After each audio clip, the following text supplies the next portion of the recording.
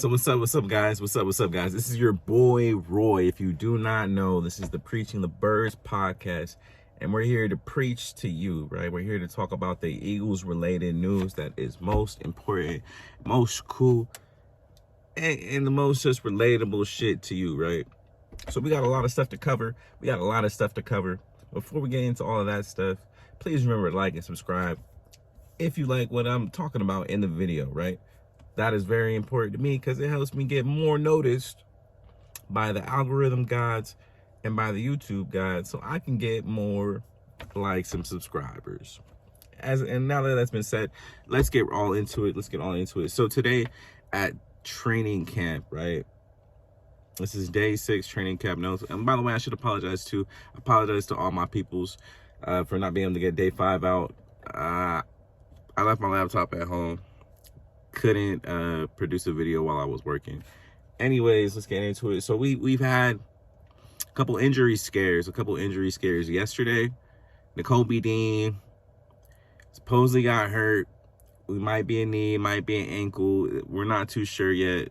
The Eagles have not released definite news about that yet as of now, 8-6 when I'm recording this video. But Patrick Johnson also got hurt today. Patrick Johnson, he has an ankle or a knee as well. That for sure is not been fully disclosed yet. So prayers up to him. Hopefully he's doing okay. He's doing all right. We want him to be doing well. That adds to our depth. Not saying that he was going to be a major piece moving forward, but, you know, we all love to have depth on the D-line. That's where we build our team, right? That's our bread and our butter. That's just basically what makes the Eagles the Eagles. You know what I'm saying? Ever since the Joe Banner days, we built through the trenches, and that's the way we'll stay. But now that that's been said, yeah, Patrick Johnson news, injury scares. We're going to go over the linebacker depth because of the injury scares, and the surprising wide receiver that keeps making news, right? But now that's been said, let's just get into it, all right? So yeah, let's just go over some Eagles notes from somebody not from me. So not my Eagles notes, somebody that, you know, somebody else wrote. Please be excused. Just kidding. Excuse me. All right, so let's get into this. So these notes are from Eagles Empire, somebody I follow on Instagram, right? I think they give really, really good detailed notes that are also very spicy, and we like the spicy around here. We like the spicy. We like to eat the spicy food. All right, so look, let's go. So after getting banged up yesterday, Nakobe Dean and James Bradberry were held out of practice today. They're both listed as day-to-day with ankle and groin injuries, respectively. Huge news because realistically, Nakobe Dean and James Bradberry are players that we expect on the team to get a lot of playing time. James Bradberry being our #1 corner, opposite of Darius Slay, and Nakobe Dean being our #1 linebacker, right? Out of all of this camp, Nakobe Dean has been this mainstay at linebacker while the other players have been getting rotated in and out. So we'll see how things go today, right? We'll see how things go. Obviously, Christian Ellis and Nicholas Morrow are going to be starting, but we'll see if any of the beat writers talk about that, right? So let's see. Jalen Hurts and his wide receivers made a lot of nice plays in one-on-ones today. Hassan Reddick joined the team for 11-on-11s for the first time this offseason. And with Nakobe Dean out for the day, the first team linebackers are Christian Ellis and Nolan Smith. Okay, cool. Sean Desai mentioned earlier that they wanted to get Smith in at a few different spots. Terrell Edmonds is also working at linebacker. Nicholas Morrow also got snaps with the first team.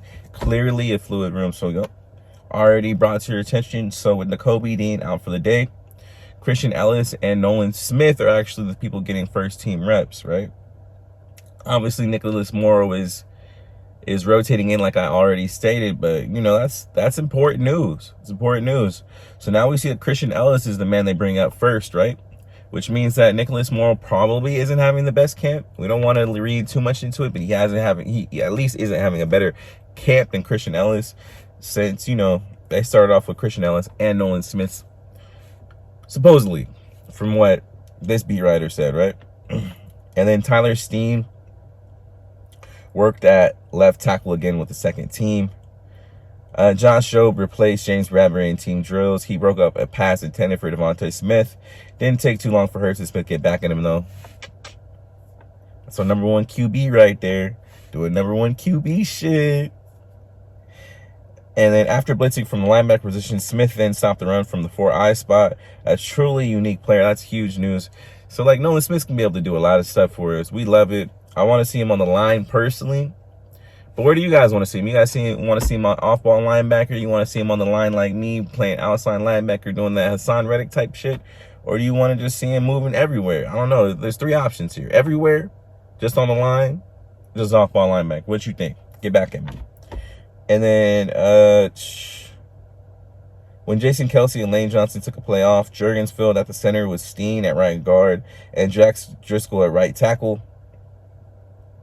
Patrick Johnson had to be carted off the practice field after going down with a knee injury. Was very distraught while being helped off the field. It's potentially season-ending. Update. Sounds like this is less serious than initially reported. Test to follow.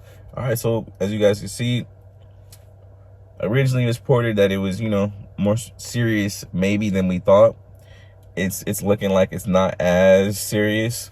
Prayer is up for him regardless, though, because we want him to be doing well. We want our depth to be doing great. And I'm sorry for having to wipe off the sweat, but it's hot out here. It's summertime, baby. California is no joke. What a plan.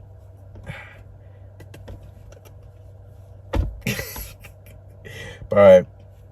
And then let's get back to this. So Marcus Mariota found Joseph Nagata for a touchdown in team drills. Nagata has impressed so far this summer and seems to have a chance to make the 53. I've heard a lot of great things about Joseph Nagata. I've heard a lot of great things. Yesterday I was trying to make a video about it, but unfortunately I couldn't get it out to you guys, so I'm just gonna, do 5 and 6 today. But anyways, yeah, Joseph Nagata's been doing really well. It's been reported that him and Braden Covey have been basically the best 2 players to be conceived as number 3 options for Jalen Hurts. So basically what I'm saying is they've been those 2 players, Britton Covey and Joseph Nagata, have been the best players outside of Quez Watkins in regard for the 3rd team wide receiver position, which is crazy because we all thought Olamide Zaccheaus was going to get it for sure, but, we haven't been hearing that much from Olamide Zaccheaus, so we got to just see what happens with him. Let's see how Oz is doing, And back to this, the Red Blankenship also almost intercepted Jalen Hurts, but only tipped it. The ball managed to find its way to A.J. Brown. His luck did run up, though, as he was picked off by Darius Slay later on. His first pick of the camp. Nick Sirianni gave it to him a little bit afterwards.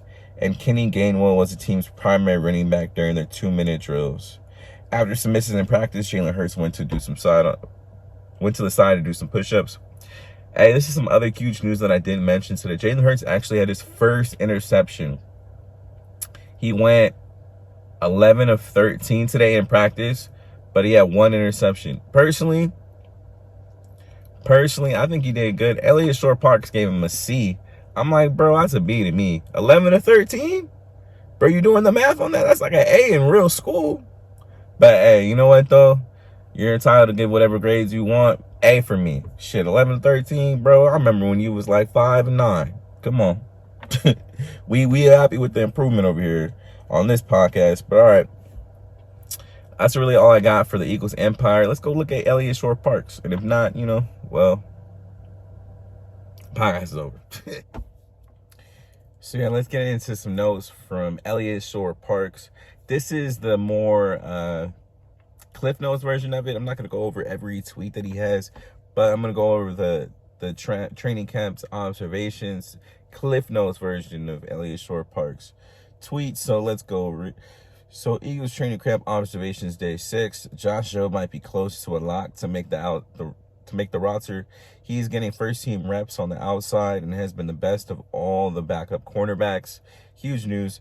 Had a really nice pass breakup today versus Devontae Smith. So yeah, Josh Jobe is getting the opportunity to step up for James Bradberry now that he's not being allowed to practice, right? Personally, I'm kind of excited about it. I really like Josh Jobe coming out of college last year. I thought he should have been like a 4th, 5th round pick. And for him to get scooped up by the Eagles with his size, his tenacity, his ferociousness, the way he I remember there was this play later in the season. I don't remember what game it was, but I remember he hit somebody. I think it was against the Giants because we were up by a lot of points. But he hit the shit out of somebody. And I was like, that boy is a dog. And I realized then at that moment that I wanted him to be on the team. And seeing Kelly Ringo and him and all these other cornerbacks go at it is making me fucking ecstatic, bro. But I want to know how you guys feel about it. Who do you want to be the backup corner? Do you want it to be Kelly Ringo? Who do you want to be the backup corner to back up James Bradberry? Do you want it to be Kelly Ringo? You want it to be Mario Goodrich? Do you want it to be Josh Jobe? Do you want it to be, who's the other dudes? Mekhi Gardner. I really liked him. 2'6", 263 nigga. Big nigga. Blah, blah. Yeah, I even mentioned Greedy Williams. Yeah, you know what I'm saying? We have a lot of talent in the backup right now. Who do you guys think who do you guys think should back up James Bradberry? I think Josh Jobe might be the guy for me personally, but, get at me, let me know. And then Tyler Steen getting backup reps at left tackle is a good thing. The Eagles need more options at backup offensive line. Jurgens is going to be the starting guard, and Steen will be active. He needs reps at the other positions. Tyler Steen needs reps at other positions other than right guard, which I agree with. We need depth at the O-line. We've seen it time and time again. People are going to get injured. We need them, and we need them not to be taken off our roster. Cool. Roster, practice squad, you get it. All right. Joseph Nada seems to be the only wide receiver the backup QBs trust. He's getting a ton of catches and targets and has made a handful of impressive catches. Like earlier reported, Joseph Nada's doing work at practice. I think he can really fill that role left by Zach Pascal last year. The enforcer type, blocker type dude, make important catches when they matter. He's a big dude, 6'2", 6'3". He's probably the biggest wide receiver we have. I'm really excited to see him on the team so he can go up in there and moss it on people. You know what I'm saying? They saying that he's the Alshon Jeffrey replacement. I'm with it. We haven't had an Alshon Jeffrey type nigga, a Drake London bodying type niggas forever. We tried to get a couple niggas to replace him. The J.J. Arcega-Whitesides. Even I guess technically like the Mac Hollins of the world before he got all buff and shit, but hey, it is what it is. And then last but not least, Nolan Smith getting reps at linebacker is interesting, but I also kind of hate it. Yes, I hated it last year with Reddick, and it didn't matter. I was wrong. And Smith is a great athlete, but I want him rushing the passer as much as possible, and I agree with that personally. I think Nolan Smith should be rushing the passer as much as possible. Obviously, the best 11 plays, but, to me, our best 11 is him rushing with the hand on the dirt, rushing the passer, getting after these quarterbacks like only he can. Realistically speaking, man, every day of practice, every single day that the Eagles media has been able to cover it, we have heard about Nolan Smith's speed flashing off the edge. And I mean flashing like cop lights behind your car, strobe lights at a rave, flashing like the Batman signal. He's flashing, my guys. What I'm saying is he's flashing, and I want him on the team I want him on the team doing what he does best, and that is get after the quarterback, in my opinion. 4.3 speed, 200-something pounds, 239, 242 pounds. Why not rush the passer? He's just as big, if not bigger, than Hassan Reddick. Y'all see what Hassan did last year? I think he could be special, bro. I don't even know where Josh Sweat's going to play. I don't know if he's going to take time from Josh Sweat, but fuck it. I need more time for my boy. How y'all feeling about it? But all right, that's all I really got for y'all today. That's all I can really think about. How I feel about Patrick Johnson. I'm prayers up for him, my guy. I really hope he's doing good. Prayers up for Nakobe Dean, James Bradberry. Hopefully they come back fast, or at least faster than sooner, or faster than later. You know what I'm saying? I hope to see them back at camp. You know, as Eagles fans, we all want our team to be as healthy as possible going into the start of the season. It's a revenge season. We're trying to get that chip. All right, that's all I got for you guys. Peace out.